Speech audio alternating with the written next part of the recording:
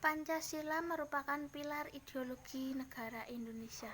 Pancasila merupakan rumusan pedoman hidup berbangsa dan bernegara yang berguna bagi rakyat Indonesia.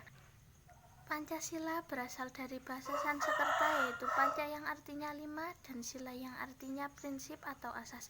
Maksudnya Pancasila digunakan sebagai prinsip tujuan hidup suatu negara agar menjadi lebih baik dan tidak ada perpecah belahan. Hal itu karena Indonesia memiliki banyak suku, budaya, ras, agama, dan etnik. Dengan adanya Pancasila, Indonesia menjadi lebih baik lagi dan rakyatnya menjadi mengerti artinya perbedaan tanpa membeda-bedakan sesama manusia. Karena Indonesia kaya akan budaya, ras, agama, suku, dan etnik. Korupsi berasal dari bahasa Latin yaitu corruptio yang merupakan suku kata dari compurere yang artinya busuk, rusak, memutarbalikkan atau menggoyahkan. Maksudnya dengan tindakan korupsi ini dapat menggoyahkan suatu negara. Korupsi merupakan suatu tindakan penyelewengan yang menyebabkan kerugian bagi negara namun menguntungkan bagi dirinya sendiri. Bentuk-bentuk korupsi bukan hanya sekedar uang, tapi melainkan bisa saja jabatan maupun benda atau harta. Pancasila sebagai landasan anti korupsi. Butir-butir Pancasila yang menjadi landasan agar kita terhindar dari korupsi yaitu 1. Ketuhanan yang Maha Esa. Maksudnya dengan kita mengingat Tuhan, kita tidak akan mungkin mendekati suatu kegiatan korupsi. Hal itu karena kita akan mengingat kehidupan kita di akhirat nanti. Dengan mengingat Tuhan, maka kita akan senantiasa hidup berdampingan dengan aman dan damai. 2. Kemanusiaan yang adil dan beradab. Maksudnya dengan kita berperi kemanusiaan dan adil, maka kita akan semakin jauh dari kegiatan korupsi. Dengan begitu, kita tidak akan berpikir untuk korupsi karena kita akan mementingkan semua manusia yang ada di negara Indonesia tanpa memikirkan kepentingan dirinya sendiri saja.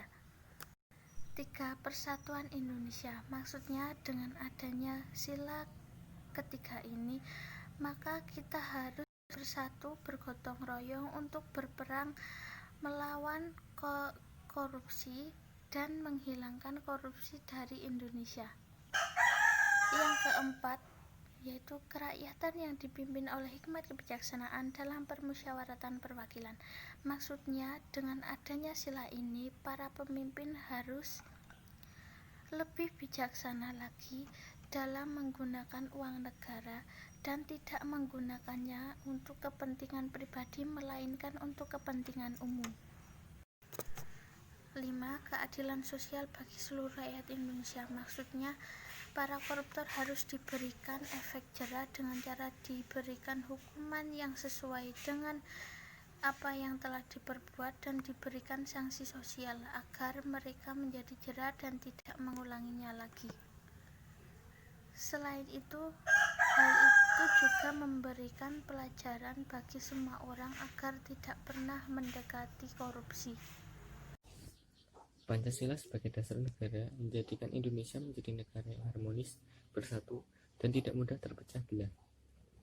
Soekarno menawarkan Pancasila sebagai dasar filsafat dan jiwa dari Indonesia merdeka. Soekarno ingin mengatakan bahwa niat dan keinginan untuk merdeka haruslah bulat, tetapi untuk menjadi dasar dari Indonesia merdeka haruslah sesuatu yang sudah menjadi darah daging dan ada di sanubari seluruh rakyat Indonesia. Dalam kerangka inilah Soekarno menyebut bahwa dasar negara yang ia pikirkan telah ada dalam renungannya sejak tahun 1918. Soekarno memulaikan apa saja dasar-dasar yang diperlukan bagi bangunan Indonesia merdeka. Dasar-dasar yang ia sebutkan adalah: pertama, kebangsaan Indonesia; kedua, internasionalisme atau kemanusiaan; ketiga, mufakat atau permusyawaratan; keempat, kesejahteraan atau keadilan sosial; dan kelima, ketuhanan. Kelima prinsip itulah yang ia namakan Pancasila dan diusulkan sebagai dasar dari negara Indonesia merdeka. Fungsi dan kedudukan Pancasila. Yang pertama, Pancasila sebagai bangsa Indonesia. Sebagai nilai-nilai kehidupan dalam masyarakat Indonesia melalui penjabaran instrumental sebagai acuan hidup yang merupakan cita-cita yang ingin dicapai. Yang kedua, Pancasila sebagai kepribadian bangsa merupakan peran bentuk dan menunjukkan adanya kepribadian bangsa yang dapat dibedakan dengan bangsa lain. Yang ketiga, Pancasila sebagai pandangan hidup bangsa Indonesia merupakan kristalisasi pengalaman hidup dalam sejarah bangsa Indonesia yang telah membentuk sikap, watak, perilaku, tata nilai, norma, dan etika yang telah melahirkan pandangan hidup. Yang keempat, Pancasila sebagai dasar negara Indonesia untuk mengatur tatanan kehidupan bangsa Indonesia dan negara Indonesia yang mengatur semua sistem ketatanegaraan Indonesia sesuai dengan Pancasila. Yang kelima, Pancasila sebagai sumber dari segala sumber bagi negara Republik Indonesia. Sebagai sumber dari segala sumber di negara Indonesia karena segala kehidupan berdasarkan Pancasila juga harus berlandaskan hukum. Yang keenam, Pancasila sebagai perjanjian luhur bangsa Indonesia pada waktu mendirikan negara. Karena pada waktu mendirikan negara Pancasila adalah perjanjian luhur yang disepakati oleh para pendiri negara untuk dilaksanakan, dipelihara, dan dilestarikan. Yang ketujuh, Pancasila sebagai cita-cita dan tujuan bangsa Indonesia. Dalam Pancasila mengandung cita-cita dan negara Indonesia yang menjadikan Pancasila sebagai patokan dan landasan pemersatu bangsa. Korupsi di Indonesia. Korupsi berasal dari bahasa Latin yaitu corruption atau corruptus, yang artinya kerusakan atau kebodohan. Korupsi secara hanafiah adalah kebusukan, keburukan, kebejatan. Korupsi adalah perbuatan buruk seperti penggelapan uang, penerimaan uang, dan sebagainya. Korupsi juga berarti korup, artinya busuk, penerima suap, dan memakai kekuasaan untuk kepentingan pribadi dan sebagainya. Koruptor adalah orang yang melakukan perbuatan korupsi. Bahkan seorang Shakespeare juga menyinggung masalah korupsi adalah kejahatan.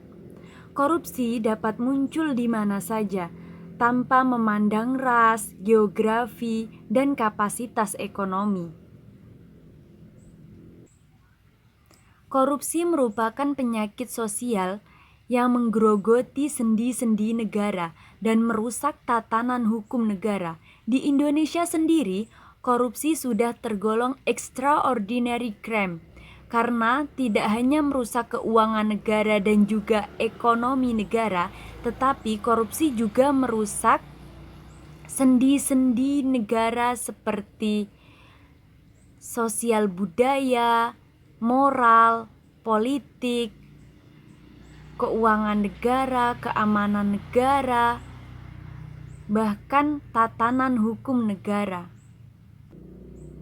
Kita banyak melihat di televisi, tersangka, terdakwa, terpidana seakan-akan menunjukkan show face maupun berperilaku seperti selebritis. Di Indonesia sendiri dengan keadaan korupsi seperti itu, menjadikan bangsa Indonesia ini gundah gulana. Korupsi ini terjadi di berbagai sektor, bahkan kekuasaan, eksekutif, legislatif, yudikatif, juga banyak yang terkena korupsi, yang melakukan korupsi. Maka dari itu, pemberantasan korupsi sangatlah penting untuk negara Indonesia sendiri. Pemerintah sudah banyak menempuh cara baik memberantas korupsi di Indonesia maupun menghilangkan korupsi itu sendiri, karena korupsi adalah kejahatan white collar crime atau kejahatan luar biasa. Korupsi harus diberantas di negara Indonesia ini. Komisi Pemberantasan Korupsi sebagai lembaga anti korupsi. Upaya-upaya pemberantasan korupsi di Indonesia dimulai sejak tahun 1957. Upaya-upaya tersebut adalah yang pertama, operasi militer khusus dilakukan pada tahun 1957 untuk memberantas korupsi di bidang logistik.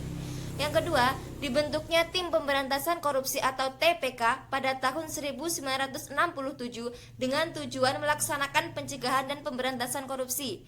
Dan yang ketiga, pada tahun 1970 dibentuk tim advokasi yang lebih dikenal dengan nama Tim 4 yang bertugas memberikan rekomendasi penindakan korupsi pada pemerintah. Yang keempat, Operasi Penertiban atau OPSTIP dibentuk pada tahun 1977 untuk memberantas korupsi melalui aksi pendisiplinan administrasi dan operasional.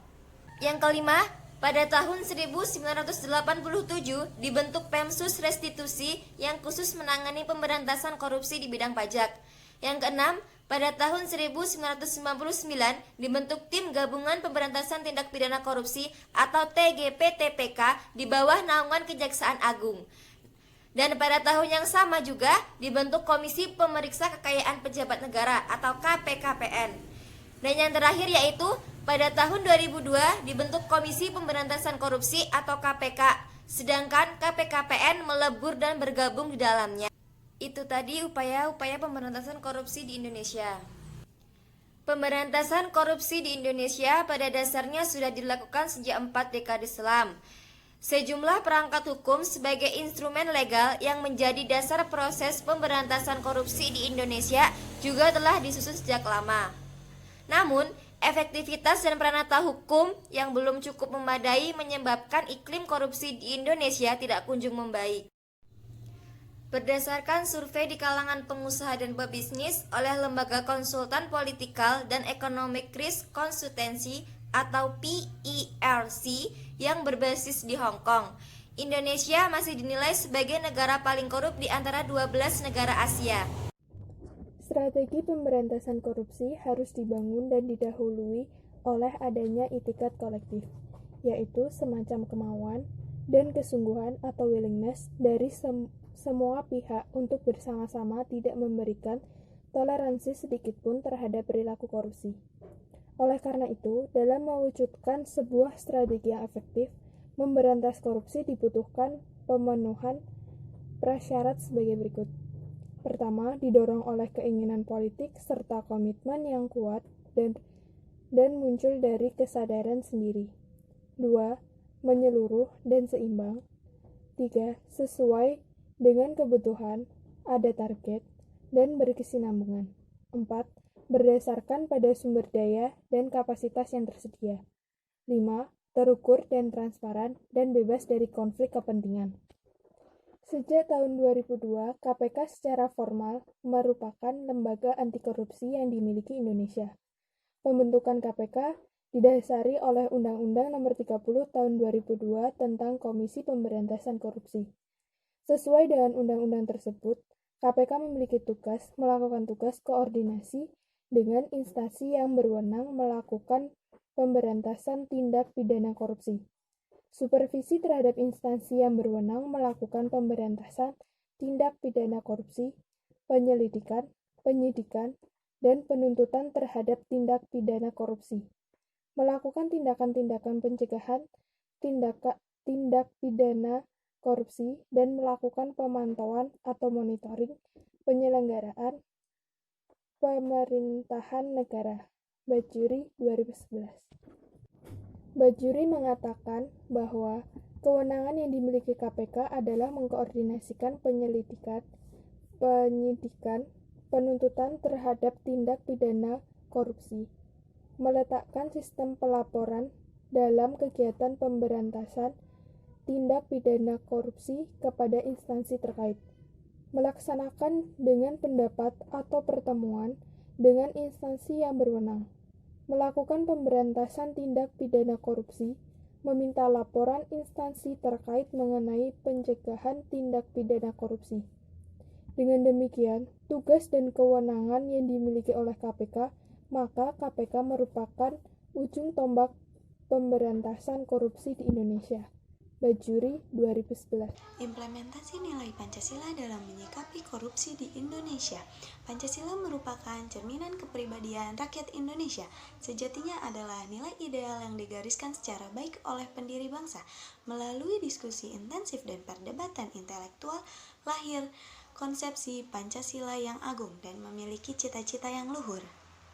Dijelaskan pada pasal 1 ayat 3 Undang-Undang 1945, maka penting sekali menjunjung tinggi hukum dan tidak melakukan tindakan yang melanggar hukum. Korupsi sebagai bentuk penyimpangan sosial jelas bertentangan dengan butir nilai Pancasila. Sila ketuhanan yang Maha Esa menekankan bahwa manusia Indonesia memiliki keimanan dan kepercayaan kepada Tuhan yang Maha Esa. Kemanusiaan yang adil dan beradab, sila ini menegaskan tindakan korupsi mengabaikan pengakuan persamaan derajat, saling mencintai, sikap tenggang rasa, membela kebenaran dan keadilan, persatuan Indonesia. Seorang koruptor mementingkan nafsu dan urusan pribadinya saja dan mengabaikan betapa kesalahan yang dibuatnya merusak sendi kehidupan, perekonomian, pembangunan sosial, dan melemahkan budaya positif di masyarakat dan melunturkan rasa kecintaan kepada bangsa dan negara. Kerakyatan yang dipimpin oleh hikmat kebijaksanaan dalam permusyawaratan perwakilan, munculnya perilaku koruptif khususnya di kalangan parlemen, jelas menabrak sila keempat. Kepercayaan masyarakat kepada parlemen luntur. Keadilan sosial bagi seluruh rakyat Indonesia tak ada lagi keadilan ketika kesenjangan sosial semakin lebar disebabkan anggaran negara tidak lagi pro rakyat. Bagaimanapun korupsi bagaikan kata pepatah, nila setitik rusak sasa sebelanga. Satu orang manusia Indonesia melakukan korupsi, maka dampaknya dirasakan seluruh rakyat Indonesia.